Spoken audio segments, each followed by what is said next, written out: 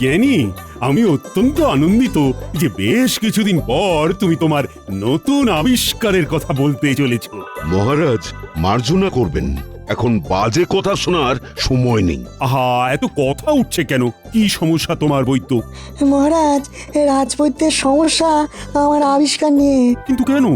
আমি একটি বলবর্ধক শক্তি বৃদ্ধিকারী পাঁচন আবিষ্কার করেছি। এখানেই আমার সমস্যা। এত কিছু যন্ত্র থাকতে তুমি পাঁচন আবিষ্কার করবে কে হে? পাঁচনের বিভাগ তো আমার বিভাগ, কারণ এটির মানুষের শরীরের আর স্বাস্থ্যের সম্পর্ক আছে। তুমি এই পাঁচন আবিষ্কার করবার আগে আমার অনুমতি নিয়েছো? শোনো হে বৈদ্য, তুমি কবিরাজ হতে পারো, কিন্তু তোমাকে বলে রাখি যে কারো অনুমতি নিয়ে কোনো আবিষ্কার আজ অব্দি আমি করিনি। তুমি পাঁচন শুনে নিজের একচেটিয়া আধিপত্য খর্ব হওয়ার ভয় পাচ্ছ, কিন্তু যাতে মানুষের রাজ্যের উপকার হয় সেটাই আমার লক্ষ্য থাকে। হ্যাঁ বৈদ্য, আমি বিজ্ঞানীর সাথে সহমত। বিজ্ঞানীর আবিষ্কার করার কাজ বিজ্ঞানী করেছে, তবে তোমার সংশয় আমি বুঝতে পারছি আর তার সমাধানও আছে আমার কাছে। তার আগে শুনি এই আবিষ্কারের নমুনা। বলো বলো বিজ্ঞানী, বলো। মহারাজ, আমি যে পাঁচন আবিষ্কার করেছি সেটা অত্যন্ত গুরুত্বপূর্ণ পাঁচন। যেই পাঁচন সেবন করবে মুহূর্তের মধ্যে তার শরীরে বাঘের মতো জোর চলে আসবে। সেই মুহূর্তে পাঁচনের প্রভাবে তার হাত পা নিষ্পিস করবে জোর দেখানোর জন্য। পুরুষ হোক বা মহিলা, সে সেই মুহূর্তে যাকে সামনে পাবে তাকে ঘুষিও মেরে দিতে পারে। হ্যাঁ মানে সে একেবারে হিতাহিত জ্ঞান শূন্য হয়ে যাবে, তাই তো? হ্যাঁ, ঠিক তাই। ওরে বাবা, মানে আমি যদি আমার গিন্নিকেই পাঁচন সেবন করাই তাহলে সে আমাকে ঘুষিও মেরে দিতে পারে? সেই মুহূর্তে সামনে দাঁড়িয়ে থাকলে নাক ফাটবার সম্ভাবনা প্রবল। কি উদ্ভট আবিষ্কার মহারাজ! এতে আমাদের সমাজের কি উপকার হবে? আমি কি এই পাঁচন রোগীকে পথ্য বা ঔষধ হিসাবে দিতে পারি? সত্যি তো, এ তো সম্ভব নয় বিজ্ঞানী। এই আবিষ্কারে আমাদের কি উপকার হবে? মহারাজ, যদি যুদ্ধ শুরু হয় তবে আহত সৈনিকদের জন্য এটি এক অব্যর্থ ওষুধ। এমন যুদ্ধের কোনো সম্ভাবনা আছে বলে তো মনে হয় না। তাও তুমি যখন এটি আবিষ্কার করেই ফেলেছো, তখন এটির স্বীকৃতি তো দিতেই হবে। মহারাজ, আমার বিনীত অনুরোধ আপনার কাছে যে আমি এই পাঁচনের গুণাগুণ পরীক্ষা করে দেখব এবং যদি সন্তুষ্ট হই তারপর আপনি স্বীকৃতি দেবেন। বেশ, তো তাই হবে। বুঝলে বুঝলে বিজ্ঞানী, অত সোজা নয়। আমি সব বুঝে মতামত দিলে তবেই এটা আবিষ্কার বলে গণ্য হবে। আহা, তা গণ্যমান্য ব্যক্তিরা মতামত দিলে তবেই না আবিষ্কারের মজা। বিজ্ঞানী, তুমি অন্য কোনো যন্ত্র আবিষ্কার না করে এইসব পাঁচন আবিষ্কার করছো, তার কারণ হচ্ছে তুমি আমাকে হিংসা করছো। মহারাজ, বৈদ্যর নিজস্ব একটা সম্মান আছে, আর এখানেই বৈদ্য আঘাতটা পেয়েছে। মহারাজ, একটি বিনীত অনুরোধ আছে। বলো বলো কবি, বলো। পাঁচনের পাঁচালি হোক বন্ধ, দূর হোক আমাদের কবিরাজের দ্বন্দ্ব। মহারাজ, আমি নিজে এই পাঁচন খেয়ে দেখতে চাই, সাথে অবশ্যই বৈদ্য থাকবে। না না না না, তোমার যদি কিছু হয়ে যায় গোপাল। হ্যাঁ, সে বিষয়ে আপনি 100% নিশ্চিন্ত থাকুন মহারাজ, গোপালের কিচ্ছু হবে না। বেশ, তো তাই হবে। ওহে জ্যোতিষী। মহারাজ, পরশু সকালে একটা শুভ যোগ আছে, তখনই পরীক্ষা করা বাঞ্ছনীয়। বেশ, পরশু সকালে বিজ্ঞানীর গবেষণাগারে পরীক্ষা হবে। তারপর সবাই মিলে রাজসভায় এসে আমাকে ফলাফল জানাবেন। আজকের মতো রাজসভা তাহলে এখানেই শেষ করি। আর হ্যাঁ, আগে বৈদ্য পাচন সেবন করে দেখবে, তারপরে বাকিদের সেবন নিয়ে ভাবনা চিন্তা করা যাবে।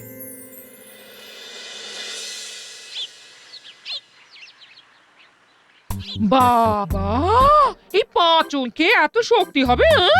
ঠিক গিন্নি, ঠিক। তোমার আগ বাড়িয়ে পাঁচন খাবার শখ হলো কেন? বাড়িতে কি তোমাকে খেতে দিই না? আর তাছাড়া তুমি যে বাজার করো যে বেজার মুখে, তা ওই পাঁচন খাবার মুখ গো। কি যে ছাই পাশ বাজার থেকে নিয়ে আসো, সেটা আমার চেয়ে বেশি কে জানবে? গিন্নি, তোমার ওই এক কথা। আমার কি মনে হয় জানো, এটা বিজ্ঞানীর খুব বড় একটা আবিষ্কার হতে চলেছে। আমি না খাই, তোমার জন্য পাচন নিয়ে আসবো। তোমার বাতের ব্যথা দেখো ভালো হয়ে যাবে। এই একটা কাজের কথা বলেছো, দেরি করবে না, যত তাড়াতাড়ি সম্ভব ওই পাঁচন আমার জন্য নিয়ে আসবে। হ্যাঁ,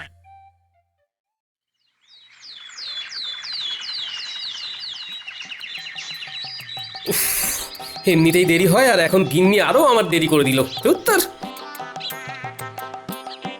পাচনের কথা গিন্নিকে বলাটাই বড় ভুল হয়ে গেছে। এখন দিন রাত আমার কানে খালি পাচনের নামটা পড়বে। ওই শয়তান গোপাল যাচ্ছে রাজবাড়ির দিকে। আরো জোরে চল, আরো জোরে চল, একেবারে ধুলোয় পথ, আর সেই সাথে গোপালকে ঢেকে দে। আরো জোরে, একেবারে গোপালের সামনে গিয়ে দাঁড়া।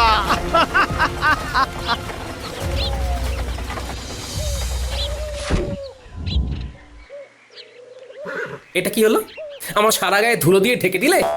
মন্ত্রীর ঘোড়া জোরে ছোটে, এটাও কি জানো না গোপাল? পথ থেকে একটু সরে দাঁড়াতে হয়, সেটাও কি জানো না? আপনি কি আপনার রথে আমাকে রাজবাড়ি অবধি নিয়ে যাবেন বলে দাঁড়ালেন নাকি মন্ত্রী মশাই?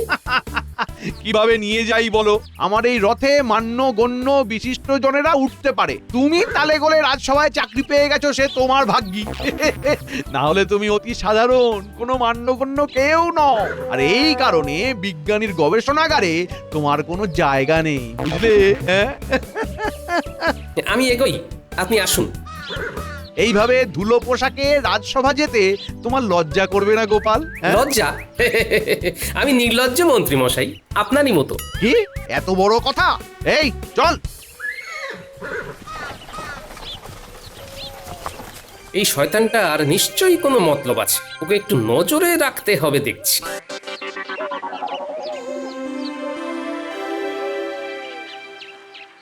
মন্ত্রী, তুমি খুলে বলো না, কি বলতে চাও? মহারাজ, এই রাজ্যে আমি মন্ত্রী, প্রজাদের কাছে আমিও একজন সম্মানীয় ব্যক্তি। এইরকম একটা ভয়ঙ্কর গবেষণা কাল ঘটতে চলেছে, সেটা সামনে থেকে দাঁড়িয়ে দেখবার শুধু আমার অধিকারে পড়ে। বিজ্ঞানী কবিরাজকে পাচন খাওয়াবে কাল সকালে, সেখানে বিজ্ঞানী থাকবে আর বৈদ্য থাকবে এবং আমি থাকবো। এছাড়া পণ্ডিত, একজন পণ্ডিত ব্যক্তি সম্মানীয়, তার মতামতেরও মূল্য আছে, কিন্তু গোপালের থাকার কোনো দরকার নেই মহারাজ। আপনি বললেই হলো নাকি মন্ত্রী মশাই? গতকাল ছিল এক কথা, আজ আবার আরেক কথা। মহারাজ, গোপালের পেটে কোনো কথা থাকে না, বলা যায় না। গবেষণাগারে এমন কিছু ঘটলো যা নিরাপত্তার জন্য বাইরে কিছু বলা বারণ হয়ে গেল। তখন আমরা মুখে কুলু পাটলাম, কিন্তু এই গোপাল সব কথা পাঁচ কান করবে, না হলে ওর বদ হজম হয়ে যায়। মন্ত্রী মশাই দেখছি মিথ্যে কথার ফুলছুরি ছোটাচ্ছেন। মহারাজ, আমাকে ওখানে থাকতেই হবে এবং ওখানে যা ঘটবে সেসব পুঙ্খানুপুঙ্খ বর্ণনা আপনাকে দিতে হবে। তাছাড়া সব ঠিক থাকলে খানিকটা পাচন আমার গিন্নির জন্য নিতে হবে। দেখুন মহারাজ, বিজ্ঞানী বলেছে এই পাচন সৈন্য দলের জন্য, কিন্তু গোপাল এখনই নিজের গিন্নির জন্য এই পাচন নিয়ে যাবার কথা ভাবছে। সে ভাবনায় ক্ষতি কি মহারাজ? আপনি তো জানেন আমার বাড়িটাই একটি যুদ্ধক্ষেত্র, আর সেখানে আমার গিন্নি বিজয় সৈনিক আর আমি পরাজিত সৈনিক। এখন পাচন খেয়ে আমার গিন্নির বিজয় রথ যদি অক্ষয় অমর হয়, তাহলে ক্ষতি কি মহারাজ? নিশ্চয় নিশ্চয় গোপাল, নিশ্চয় তুমি কাল অবশ্যই থাকবে। মন্ত্রী, আমি আর কোনো ওজোর আপত্তি শুনবো না। গোপাল থাকছে, আর গোপাল কাল যা ঘটবে আমি তোমার মুখ থেকেই শুনবো। নিশ্চয়ই মহারাজ। তবে গোপাল, একটু দূর থেকেই দাঁড়িয়ে দেখো, তাতে ছবি আরো স্পষ্ট হবে, সবকিছু একসাথেই দেখতে পাবে। আমাকে একেবারে সামনে দাঁড়িয়ে সব দেখতে হবে। আজকের মতো সভা তাহলে এখানেই শেষ হলো।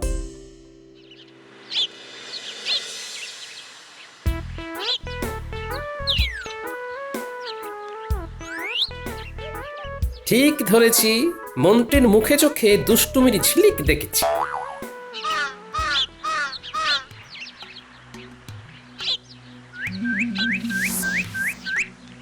মন্ত্রী যদি ভালো মানুষের মতো নিজের বাড়ি যেত, তাহলে জুড়ি গাড়ি চেপে ফিরত, কিন্তু না, এ দেখছি জঙ্গলের দিকে হেঁটে চলেছে। হ্যাঁ, ঠিক ধরেছি। ও বাবা, বটার ঘটা দেখছি। মন্ত্রীর সাথে এদের কিসের কাজ? বলুন মন্ত্রী মশাই, আপনার জন্য কি করতে পারি? চোর, কাল বিজ্ঞানীর গবেষণাগারে এক পরীক্ষা আছে। আমি নিশ্চিত বিজ্ঞানী খুব ভালো জিনিস আবিষ্কার করেছে। কি সেটা? পাঁচন। শেষে পাচন? সেটাও গায়েব করতে হবে নাকি?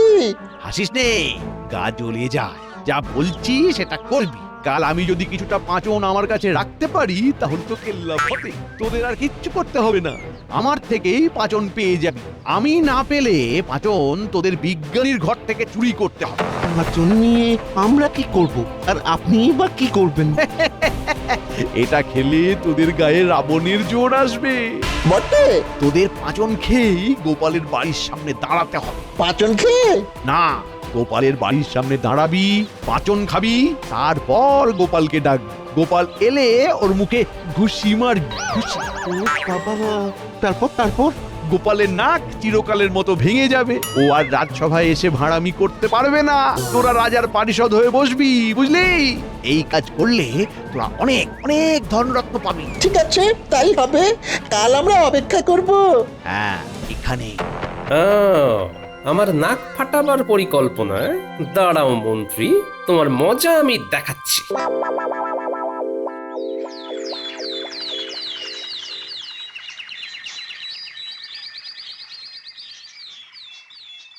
তাহলে শুরু করা যাক।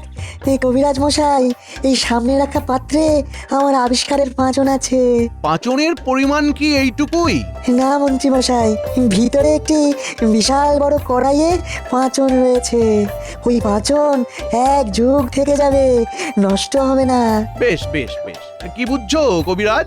এই পাচনের পুরোটাই খেতে হবে। না না, এই দেখুন, এইটুকু পরিমাণ।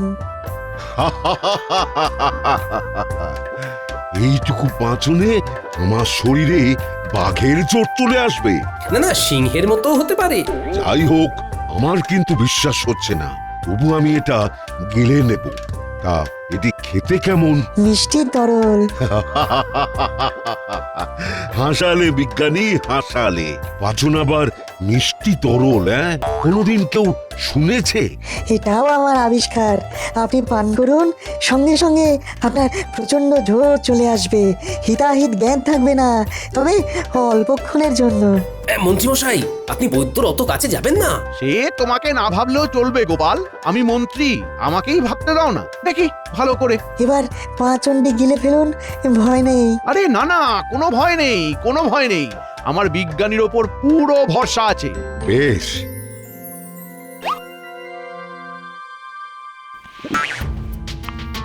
কি বুঝছো কবিরাজ? ইয়া ইয়া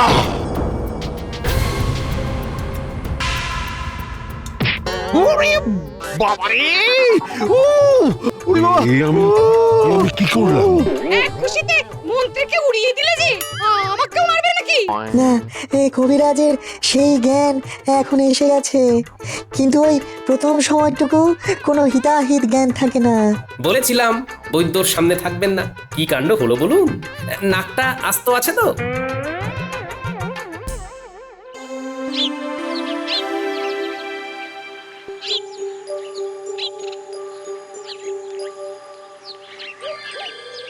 প্রণাম মহারাজ। গোপাল, এসে গেছো? বলো বলো বলো, কি সংবাদ? নিজের চোখে দেখে এলাম মহারাজ, বিজ্ঞানীর অভূতপূর্ব আবিষ্কার। পাচন খেয়ে রাজবৈদ্য মুহূর্তের মধ্যে প্রচন্ড শক্তিশালী হয়ে উঠল। বাহ বাহ বাহ, চমৎকার! পণ্ডিত, মন্ত্রী, বিজ্ঞানী, বৈদ্য সবাই নিশ্চয়ই রাজসভায় এসে উপস্থিত হয়েছে। চলো চলো তাহলে রাজসভাতেই যাওয়া যাক। মানে বৈদ্য এখন ওই মন্ত্রীর চিকিৎসা করছেন। সে কি? কেন? মন্ত্রীর কি হয়েছে? মানা করেছিলাম যে বৈদ্যর অত সামনে দাঁড়াবেন না। কে শোনে কার কথা মহারাজ? আমাকে বুঝিয়ে বলো। বৈদ্য একখানি খুশি মন্ত্রীর নাকে বসিয়ে দিয়েছে। হ্যাঁ, সে কি? কেন? মহারাজ, এই পাচন খাবার পর আর কারো হিতাহিত জ্ঞান থাকছে না। খানিক পর যখন সে উপলব্ধি করছে, ততক্ষণে সে সামনে যাকে পাবে তাকেই ঘুষি মেরে দিচ্ছে। তবে যে এ অতি বিপজ্জনক আবিষ্কার। কিন্তু মহারাজ, তার থেকেও বিপজ্জনক খবর আছে। কি গোপাল? আগে আমার প্রাণ সংশয় হতে চলেছে যে। তোমার প্রাণ সংশয়? না না না না না, সে তো আমি বেঁচে থাকতে হতে দেব না গোপাল। তবে মহারাজ, আমি যা বলছি মন দিয়ে শুনুন।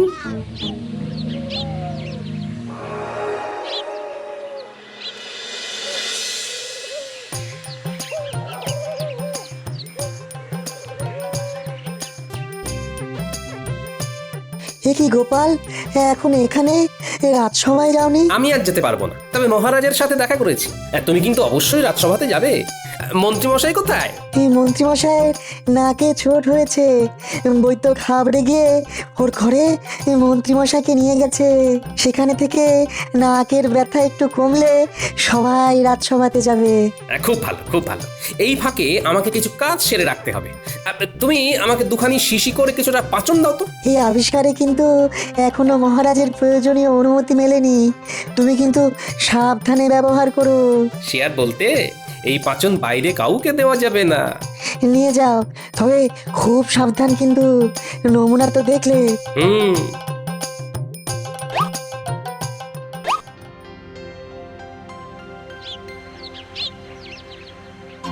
মন্ত্রী, তুমি এখন বাড়িতে নেই, আমি তাই যাচ্ছি তোমার বাড়ি। আমার নাক ফাটাবার আগে তোমার নাকি আর আস্ত থাকবে না।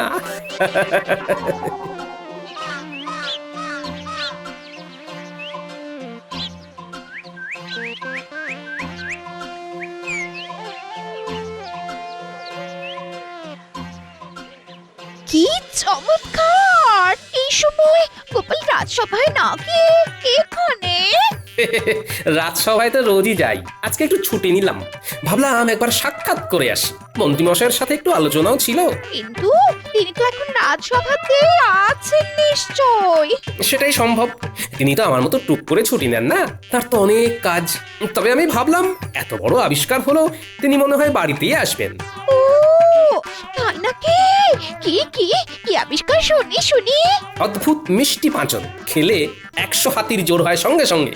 ও বাবা, আমি খেলো এরকম হবে বুঝি? হবে না মানে? আলবাত হবে, হতেই হবে। আমার তো মনে হয় এর চমৎকার মন্ত্রীমশাইকে একবার দেখিয়ে দিই। কিভাবে? কোনো ব্যাপার না, মন্ত্রীমশাই যখন ঘরে আসবে তখন আড়াল থেকে মুখে ঢেলে মন্ত্রীমশাইয়ের সামনে গিয়ে দাঁড়াবেন। আড়াল থেকে কেন? তবেই তো মজা। মন্ত্রীমশাইয়ের যদি না জানা থাকে যে তার গিন্নি পাচন খেয়েছে, তাহলে আপনার শরীরের জোর দেখে একেবারে চমৎকার হয়ে যাবে। বাহ, চমৎকার! এটা কিন্তু খুব খুব সুন্দর হবে। সুন্দর বলে সুন্দর, মন্ত্রীমশাই একেবারে ধন্য ধন্য করবে। তাই হবে গোপাল, তাই হবে। আমি এখন আসি।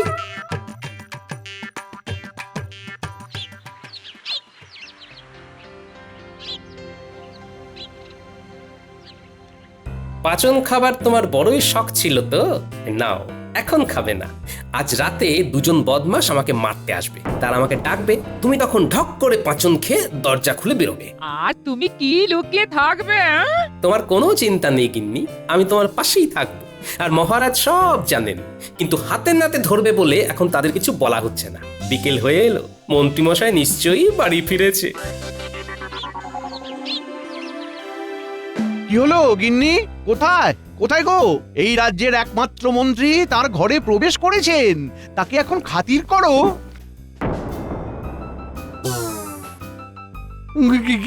কি হলো গিন্নি? এরকম মুখ করছো কেন? ওরে বাবা, ওরে বাবারি, এই মুখ আমার বড় চেনা লাগছে। ওরে বাবা কি কি হে ভগবান, আমি কি করলাম? কে তোমাকে পাঁচন এনে দিয়েছে গিন্নি? কে দিয়েছে? গোপাল জি এনে দিল আর বললো এই পাঁচন খেয়ে তোমার সামনে দাঁড়ালে আমার জোর দেখে তুমি খুব খুব খুশি হবে। গোপাল, গোপাল, তোমার আমি শেষ দেখে ছাড়বো আজ রাতেই। ওরে বাবারি,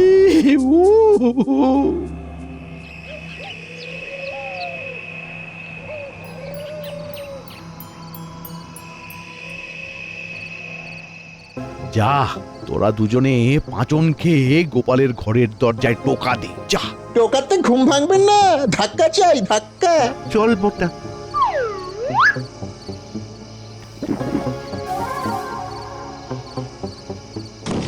ওই যে এসে গেছে গিন্নি, তুমি পাঁচনটা খেয়ে নাও।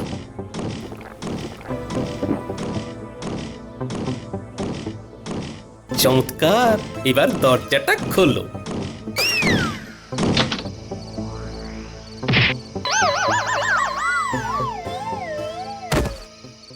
গিন্নি, তোমাকেও বাহবা দিতেই হচ্ছে। ওরে ঘটা, তোর জারি জুরি শেষ। এই হতভাগা,